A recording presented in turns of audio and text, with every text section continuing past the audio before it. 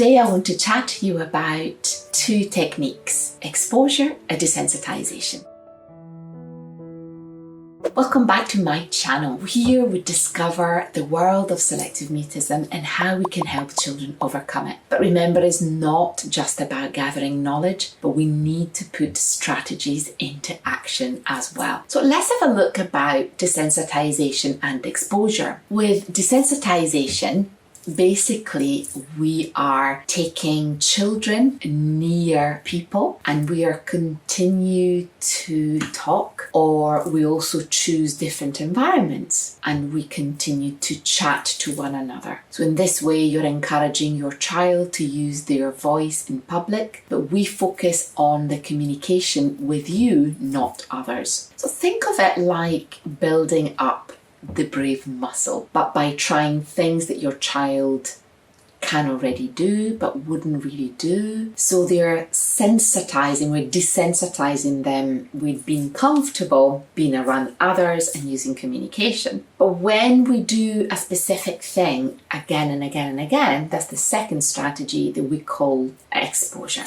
Now, in exposure, therapy is usually a cognitive behavioural therapy designed specifically for tackling anxiety disorders. It usually takes about 12 to 16 sessions, and it involves identifying specific fears relating to the anxiety provoking situation. And obviously when people have other fears, there are also other techniques. To make it easier, we break it down into tiny little steps. We understand situations, and let's say, for example, that your child is scared of dogs. So what we do is we look at pictures of dogs, we draw dogs, we play with dogs, we have games with dogs, we watch videos of dogs, we go and watch dogs from the other side. So it's a exposure. When we understand that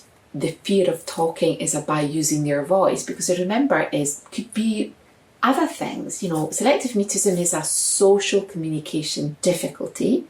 Then we also break that down. So we might look at videos of your child playing when we are not around as therapists, or you can show videos of your child to your parents or to people that your child doesn't normally speak to. And I know there is a whole different thing about showing videos. But what we want to do is we focus on exposing your child to a specific situation that is particularly scary, but we break it down. Now, the key is obviously to prioritize your child's safety and never to push it too much. Not that the speaking is unsafe, but the key is to focus on your child to stay in that situation until the fear naturally goes away without any distraction or avoidance. So the fear basically, or the feeling, goes up, up, up, up, up, up, up, up, up, up, up,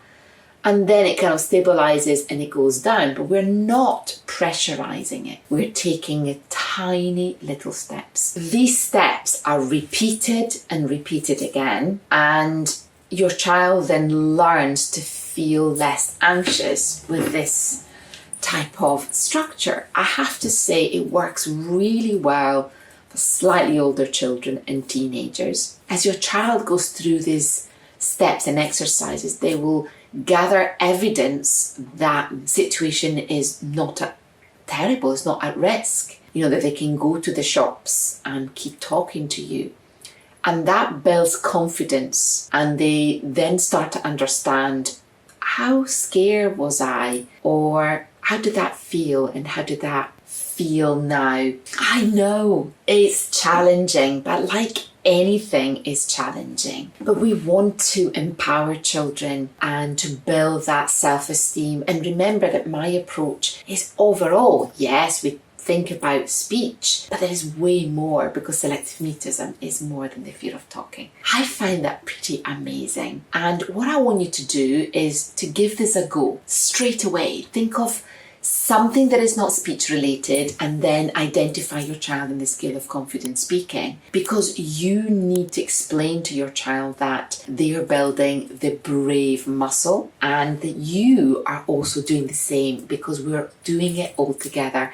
And obviously that's what I call the family dynamic approach. In my masterclasses, this is what I like to hear parents tell me. What have you tried? What has worked? I will leave the link to this in the description below to know more about Selective Mutism and my course.